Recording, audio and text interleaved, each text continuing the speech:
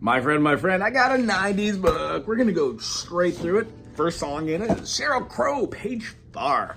All I wanna do, this is gonna be in the key of E major, F sharp minor, G sharp minor, A major, B major, C sharp minor. We have a D sharp diminished, which we can play as such. First finger on the 6th fret of the A, second finger on the 7th fret of the D. Go up top to the B string at the 7 and wrap the pinky around for the 8th fret on the G. Don't play the outside E's. And that resolves right to E. However, you could play a B7 all day long. That works as well. The first chord that we're going to be kicking out here is going to be a B flat 13. It's outside of the shape. However, if we played a B flat, we'd be hearing it here, but we're gonna take this sucker all the way up top. So go to the 12th fret, your double dots, look up top, right there, double deuces. Go down a half step, play all of the notes in the middle, and play just the A string and just the G string. And what you get is this kind of really cool chord where it's called a 13 flat, 13 on the B. If we go down a half step, it's an A13, A flat 13, such as that. But the song really does this. Has this little like intro in the beginning and a little bit of talking. This ain't no disco, this ain't no hanging around, this ain't no country club neither, this is LA. First thing goes into our core rhythm. This is going to be an E7. You can play it by putting the first finger here on the G sharp, second finger on the B, keeping it on open and adding the D if you ought to, but you don't need that D. And then you can also play it by putting a first finger here on the 5th fret of the B string, rocking that secondary finger here on the D. Both of your fingers go on the A and then the G string at the 7th, and then everything works else in the chord. When we have this chord, all I want to do is have a little fun before I die. C7 is a backwards looking triangle. You'll know it from the D7. When we take that shape anywhere, B7, move it up, C7. Cha-chow! The next chord we're going to play looks the same, except we're going to play both of the 1 and 3. Get used to this shape. Wherever you see this, that will be a 1 and 3. Your major 1. I'm sorry. Your prime to your major 3. And then upon doing that, you would lay down your finger on all those notes. You get a D9.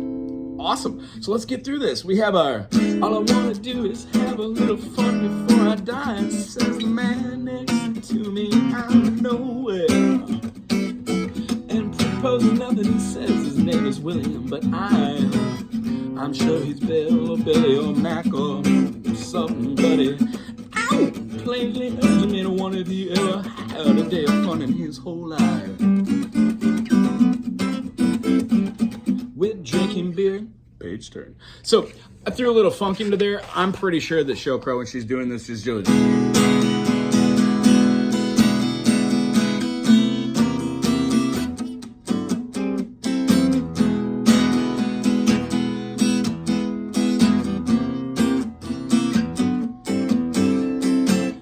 the whole chorus goes on that way, that way, that way, that way, that way, and then eventually we get to the chorus, which is on the E7 as well. We're not really going to even change these versions. We're going to just have chorus words where everybody gets to sing along. All I wanna E7 is have some fun. C7, I got a feeling. You can either play this C7, or you can bar it on up and then play what looks like your B7 we aforementioned. Just scoot it up to a C7. One of the fun things you could do is you could move it, that B7, in lieu of your D, because it's relatives. You're just swapping out two awesome chords. So, all I wanna E7 is have some fun. C7.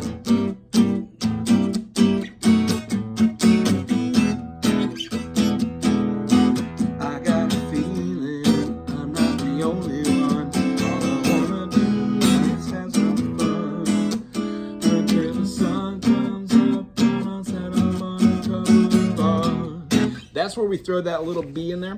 We're going to sing 2 more verses, go through that chorus again, and then the whole song ends after going through it once on the 3rd ending. So verse 1 goes through the 2nd verse, hits the chorus, goes all the way back, sings that verse, does the chorus again, and then ends just on the...